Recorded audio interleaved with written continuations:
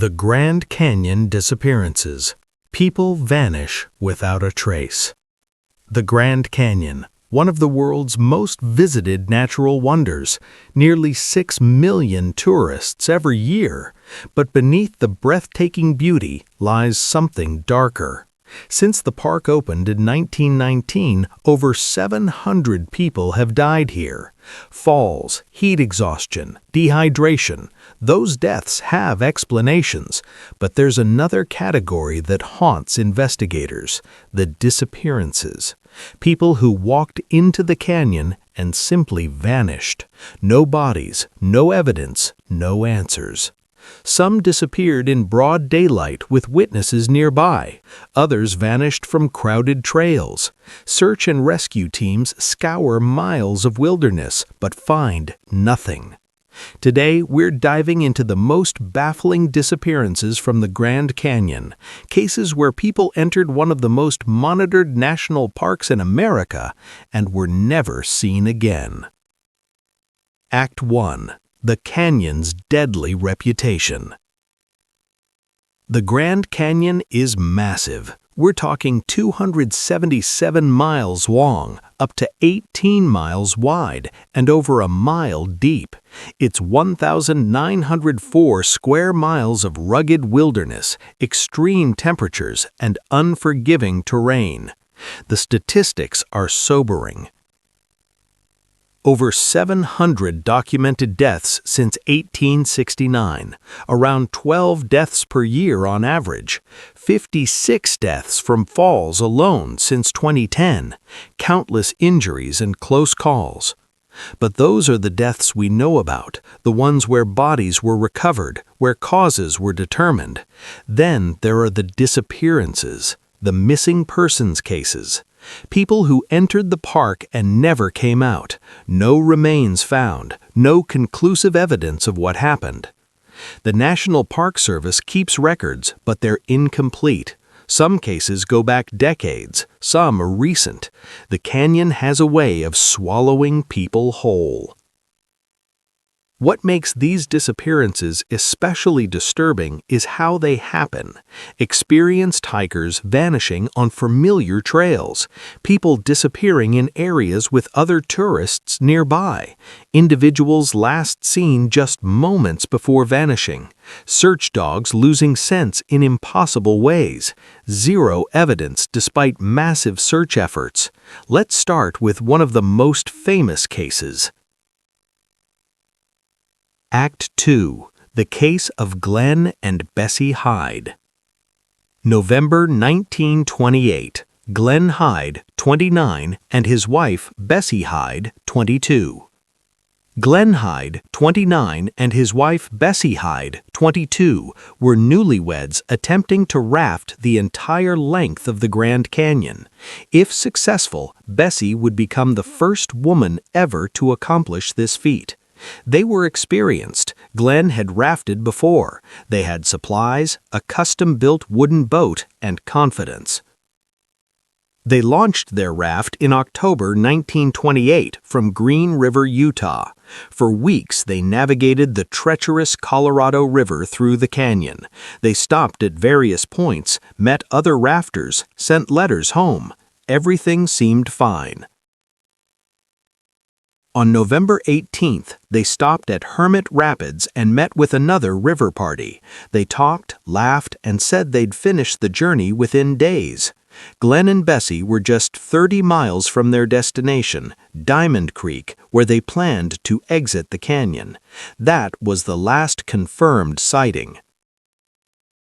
When they didn't arrive as planned, Bessie's father hired a search party. On December 1st, 1928, their boat was found floating upright in calm water near River Mile 237. Inside the boat, all their supplies and equipment intact, Bessie's camera with undeveloped film, their personal belongings untouched, food, clothing, everything except Glen and Bessie. No bodies, no signs of struggle, no evidence of what happened. The boat showed no damage. It hadn't capsized or hit rocks. There were no indicators of an accident.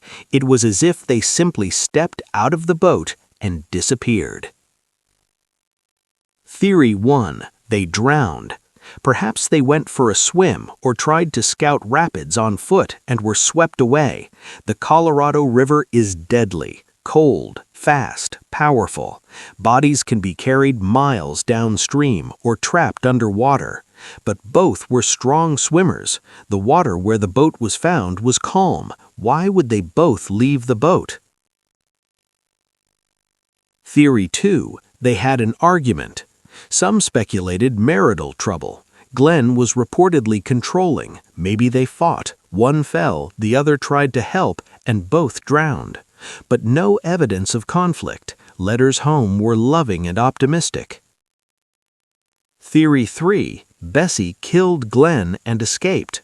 In 1971, a woman on a Grand Canyon rafting tour allegedly told a guide, "I'm Bessie Hyde." When pressed, she recanted.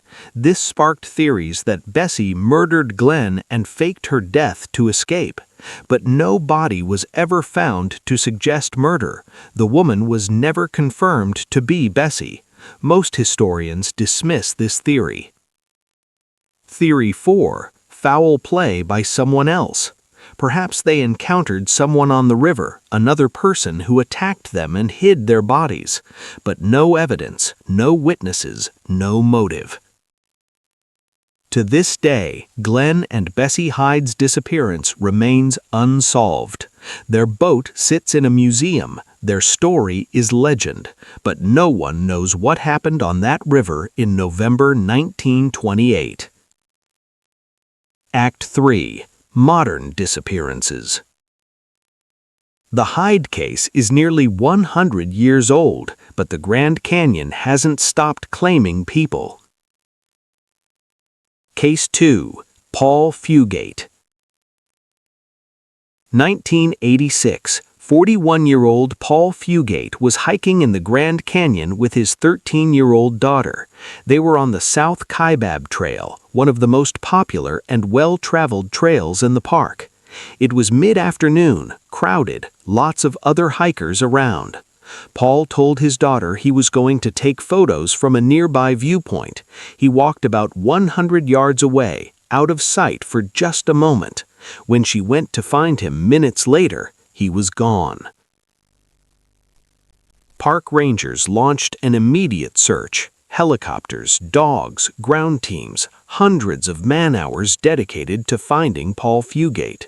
They found nothing. No body, no belongings, no evidence he'd fallen, no trace. Paul Fugate walked 100 yards from his daughter in a busy trail in broad daylight and vanished completely. No evidence of a fall, no signs of foul play, no witnesses saw anything unusual.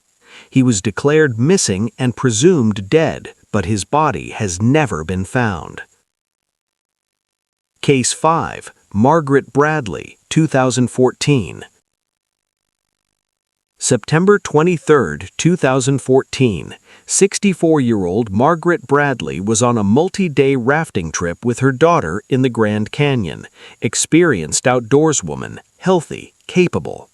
On day 5 of the trip, the group stopped to camp at mile 194 along the Colorado River. Margaret went for a short walk along the shoreline around 6 p.m. She never returned. Her daughter reported her missing that evening. The National Park Service launched a massive search operation. Helicopters with thermal imaging, ground search teams, river search teams, search dogs, over a week of intensive searching.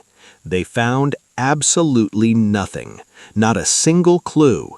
Margaret Bradley disappeared as if she'd never existed. The canyon can be deadly, but Margaret's disappearance is baffling. She was in a group, people were nearby. She went for a short walk, not a long hike. Weather was fine. She was experienced with the outdoors. No signs of animal attack, fall, or medical emergency. Where did she go? Case 4. Thomas Weaver, 1969. June 1969, 18-year-old Thomas Weaver was hiking with friends near Bright Angel Lodge on the South Rim, popular area, crowded, lots of tourists around. Thomas told his friends he was going to the restroom. He walked about 200 feet away. He never came back. Park rangers launched an immediate search. Helicopters, dogs, ground teams, extensive operations were launched. Nothing. Thomas Weaver walked 200 feet in a crowded, well-populated area and disappeared into thin air. No evidence of a fall, no signs of foul play, no witnesses saw anything unusual. He was declared missing and presumed dead, but his body has never been found. Case 5. Georgie White Clark, 1992. The Mystery Survivor. Not every Grand Canyon disappearance ends without answers, but some answers raise more questions. Georgie White Clark was a legendary river guide in her 70s. She knew the canyon better than almost anyone alive. She'd rafted it hundreds of times. In November 1992, Georgie went on a solo rafting trip. At 74 years old, she was still fearless. She never returned. A search was launched. For days, helicopters and boats looked for her. Everyone feared the worst. If Georgie White Clark, the most experienced canyon rafter alive, had died on the river, no one was safe. Then, 5 days later, she was found alive. She was disoriented, malnourished, but alive. Her raft had capsized. She'd survived in the wilderness using her skills. But here's what haunts people. Georgie couldn't fully explain what happened. She had memory gaps. She described feeling lost in ways that didn't make sense given her experience. Georgie died just weeks later from illness, taking whatever happened during those 5 days to her grave. Case 6. Scott Walsh, 2015. October 2015, 56-year-old Scott Walsh was on a rafting trip with friends, experienced, fit, knowledgeable. On October 6th, the group camped at mile 127.